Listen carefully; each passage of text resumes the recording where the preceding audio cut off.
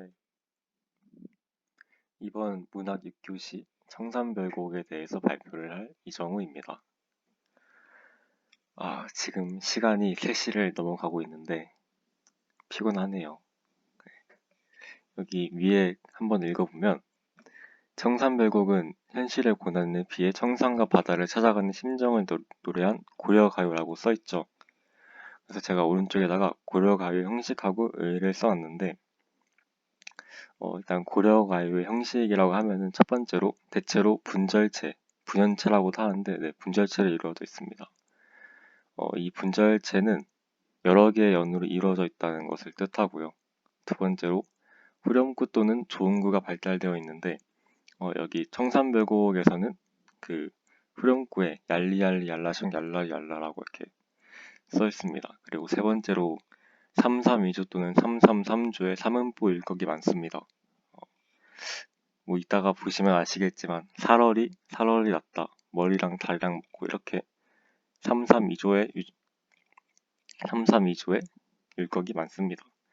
그리고 고려가요의 의의는 고려가요는 표현의 소박성과 함축성, 풍부한 정서 그리고 시조 문학의 모태로 국문학 사상 가장 뛰어난 작품을 뜻합니다. 그리고 여기 청산별곡에 들어가기 전에 여기에 화자를 해석하는 방법이 3가지가 있는데 일단 여기 왼쪽에 한번 읽어보면 먼저 화자의 상황은 화자인 나가 겉으로 드러나 있고요. 화자는 유랑민, 시련한 사람 또는 좌절한 지식인 등으로 해석이 가능합니다. 두 번째로 화자의 정서와 태도인데요. 현실 도피적이고 은둔적이며 고독과 비애를 나타내고 있습니다. 여기 1연부터 한번 보면은 살얼이 났다, 청산에 살얼이 났다 해서 여기 살얼이 났다, 여기가 좀 비슷하게 생겼으니까, 그리고 끝에 살얼이 났다도 비슷하게 생겼으니까 A라고 두고 가운데 있는 청산의 B라고 두면은 AABA의 구조를 이루고 있음을 알 수 있고요. 이 AABA의 구조는 밑에 나오는 2연, 3연, 6연, 7연의 첫 행에도 찾아볼 수가 있습니다. 그리고 여기 보시는 청산의 뜻이 되게 다양한데 일단 마음의 안식처, 이상형, 속세와 대조되는 공간 등으로 해석이 가능하고요.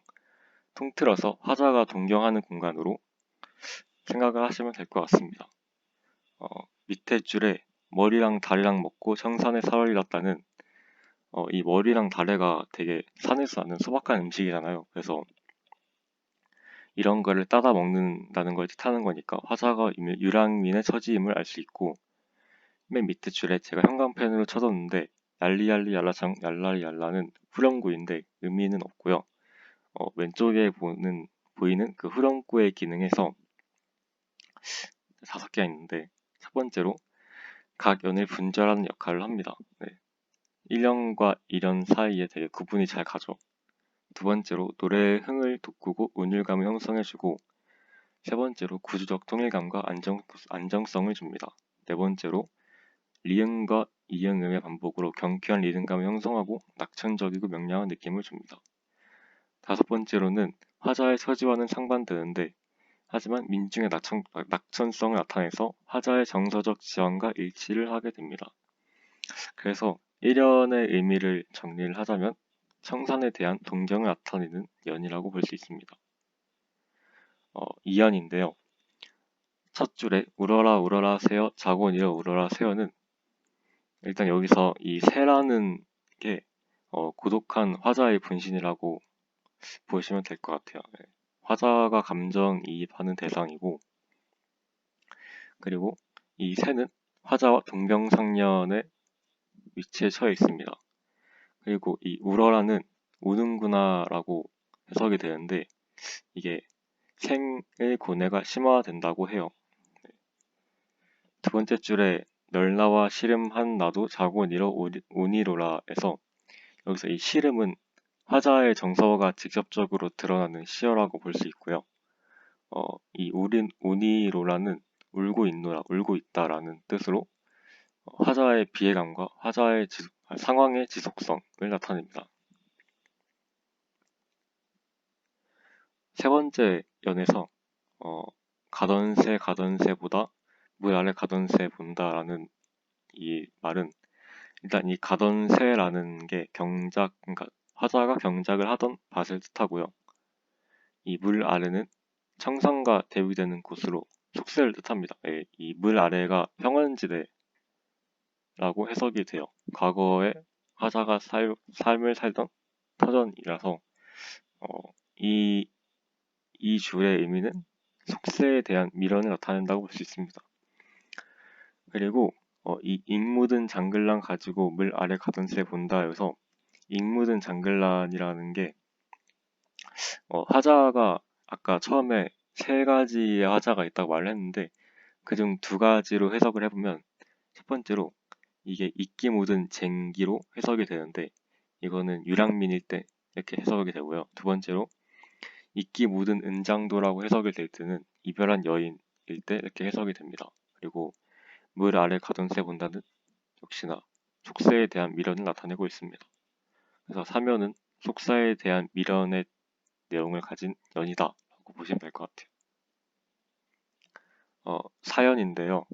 1인공, 결인공, 하야, 나즈란, 디네와 손지 되게 발음이 어려운데 이 이응음의 반복으로 인해서 운율감이 형성이 되고 그 밑에 줄에 보면은 바무란이라는 시어하고 나즈란이라는 시어하고 되게 비슷하게 생겨서 이게 대조를 이뤄서 화자의 고독감을 부각을 시켜줍니다. 그리고 여기 바무란에서 이 밤이라는 시어는 처절한 화자의 처절한 고독의 시간을 뜻합니다. 그래서 사연은 절망적인 고독을 뜻하는 연이 되겠습니다.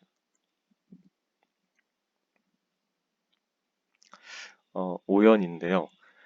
어디라 더디던 돌코 누리라 마치던 돌코에서 이 돌이라는 거는 운명적인 고난과 비열 뜻합니다. 이 연의 내용을 약간 압축을 하자면 약간 뭐라고 하지? 예전에 그러니까 속상 같은 거 보면은 장난으로 던진 돌에 개구리 맞는다 약간 그런 느낌. 그래서 누군가가 던진 돌에 화자가 맞아서 되게 아파하는 뭐 그런 내용의 연입니다. 그래서 미리도 게리도 없이 맞아서 운이노라는 뜻은 미워하는 사람도 사랑하는 사람도 없이 자기가 돌에 맞아서 운다. 그래서 이게 운명적 고난 앞에서 체념하는 화자의 태도를 볼 수 있어요. 그래서 오연은 운명에 대한 체념을 뜻하는 연이고 유견인데요. 보시면은 이 유견의 첫행이 그 1연의 첫행하고 굉장히 비슷해요. 여기서는 이제 바라라고 바다라는 뜻의 시어인데 1연에선 청산이었죠. 그래서 똑같이 화자의 이상형을 뜻합니다. 그리고 여기서 여기 2연에 그 머루랑 다르랑 같은 의미를 가진 이 남아 자기 부족에가 나오고 그래서 이 연은 6연은 5연은 1연과 대칭적인 구조를 가지고 있습니다. 그래서 6연의 뜻은 바다에 대한 동경을 뜻합니다. 7연인데요. 가다가 들어라 예정지에 가다가 들어라. 여기서 예정지라는 것은 외딴 부엌이라는 뜻을 가진 시어인데 속세와의 단절을 의미합니다. 그리고 사슴이 집대에 올아셔 해금을 허결을 들어라 해서 이 사슴이라는 시어가 풀이가 세 가지로 되는데 먼저 첫 번째 풀이는 말 그대로 그 동물 사슴이잖아요. 그 사슴이라고 해석이 되고 두 번째로는 사슴으로 분장한 광대가 세 번째로는 그 이게 예전 시다 보니까 약간 표기상의 오류가 있지 않았나 해서 그러니까 그 영어로 하면 라이프, 그 삶을 잘못된 표기가 아닐까 하는 풀이가 있습니다. 그래서 첫 번째 풀이를 해석을 하면은 이게 옆에 교과서 오른쪽 여기 보시면은 써 있어요. 네. 그래서 첫 번째 시어에 대한 해석은 기적이 일어나기를 바라는 절박한 화자의 심정을 뜻하고 두 번째는 당대의 산대 노름과 연관된 내용이고요. 세 번째는 연주를 들으면서 삶의 괴로움을 잊고 싶은 마음을 뜻합니다. 그래서 7연의 내용은 삶에 대한 절박한 심정을 나타냅니다. 마지막 파령인데요. 가난이 배부른 독이 살진 강수를 비줘라. 여기서 이 강수라는 것은 강한 수를 뜻합니다. 네, 그래서 이 강한 수는 고뇌 해소의 일시적인 매개체, 그러니까 술에 영원히 취해 있는 게 아니잖아요. 그래서 일시적인 매개체라고 볼 수가 있고, 밑에 줄에 어디 하리 있고는 내가 어떻게 하냐 약간 받아들이는 체념적인 정서를 뜻하는 시어라고 볼 수 있습니다. 그래서 파련은 술을 통한 고뇌 해소를 뜻합니다. 어, 이 청산배곡의 주제는 삶의 고뇌와 피해, 약간 자연, 현실 도피, 은둔 사상, 막 취락 사상, 네, 되게 다양하게 볼 수가 있어요. 그리고 의의로는 고려 소교 중에 서경배곡과 함께 문학성이 되게 뛰어납니다.